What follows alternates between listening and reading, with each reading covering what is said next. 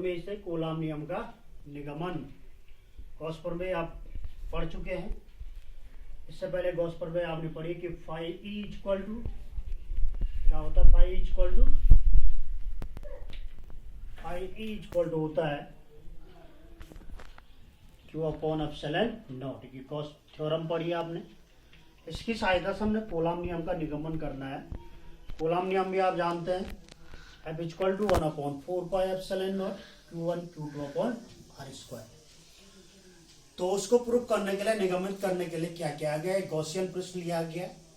इस गॉसियन पृष्ठ पर एक अल्पांश पृष्ठ, स्मॉल एलिमेंट सरफेस एरिया, इसका क्षेत्रफल है ds, इसका केंद्र माना गया है O बिंदु O, जिस पर पॉइंट चार्ज बिंदु आवेश रखा गया +Q। अब जब आवेश है तो उसके कारण वैद्युत क्षेत्र होगा, तो वैद्युत क्षेत्र कितना है E। हम जानते हैं वैद्युत क्षेत्र की दिशा आवेश से, धन आवेश से लंबवत बाहर की ओर, और जो अल्पांश क्षेत्रफल होता है उसकी दिशा भी क्या होती है, पृष्ठ के लंबवत बाहर की ओर। तो यहाँ पर ds और E दोनों की दिशा में है, मतलब both are parallel, angle between this two quantities equal to 0 degree. इनके बीच का कोण कितना हो गया, 0 डिग्री। बिंदु आवेश Q हो गया। हमने इस बिंदु आवेश Q से r दूरी पर जो स्मॉल एलिमेंट एरिया लिया है, अल्पांश लिया है, उस पर बिंदु P है और वहां पर एक स्मॉल चार्ज, परीक्षण आवेश कहते हैं इसको, टेस्ट चार्ज Q0 रखा है। परीक्षण आवेश का मतलब आवेश के Q0 से डिनोट करते हैं आवेश की सबसे सूक्ष्मतम मात्रा या सबसे छोटा जो आवेश होता है उसको कहते हैं परीक्षण आवेश, टेस्ट चार्ज।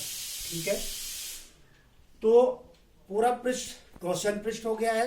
इसका एक छोटा अल्पांश हो गया ds। तो जैसे हम गॉस प्रमेय पढ़ी उसी तरह ये भी है, ds से गुजरने वाला फ्लक्स T फाई इक्वल हो जाएगा E dot ds cos theta, क्योंकि theta equal to 0 degree. Theta का मतलब angle between vector E and vector ds, अर्थात electric field intensity and small element area. तो cos 0 इक्वल हो जाएगा क्या 1। डी फाई इक्वल टू बचा E D S, phi equal to integration D phi E uniform है, uniform का मतलब एक समान, इसलिए इंटीग्रेशन से बाहर आ जाएगा, सबके लिए समान है। इंटीग्रेशन हो गया आपका ds। इंटीग्रेशन का मतलब समाकलन, समाकलन का मतलब सारे पृष्ठ का आकलन। तो सारे पृष्ठ का आकलन का सरफेस हो गया, पूरे पृष्ठ का सरफेस हो गया आपका s। Integration ds equal to s, और गोलीय पृष्ठ है गॉसियन पृष्ठ, तो इसका क्षेत्रफल होता है 4 pi r square. Phi equal हो गया E into 4 pi r square, क्योंकि गॉस थ्योरम होती है phi equal to Q upon epsilon naught. Equation 1 और 2, from equation 1 and 2 E into 4 pi r square equal to Q upon epsilon naught, इसलिए E equal to 1 upon 4 epsilon naught Q upon r square newton पर coulomb.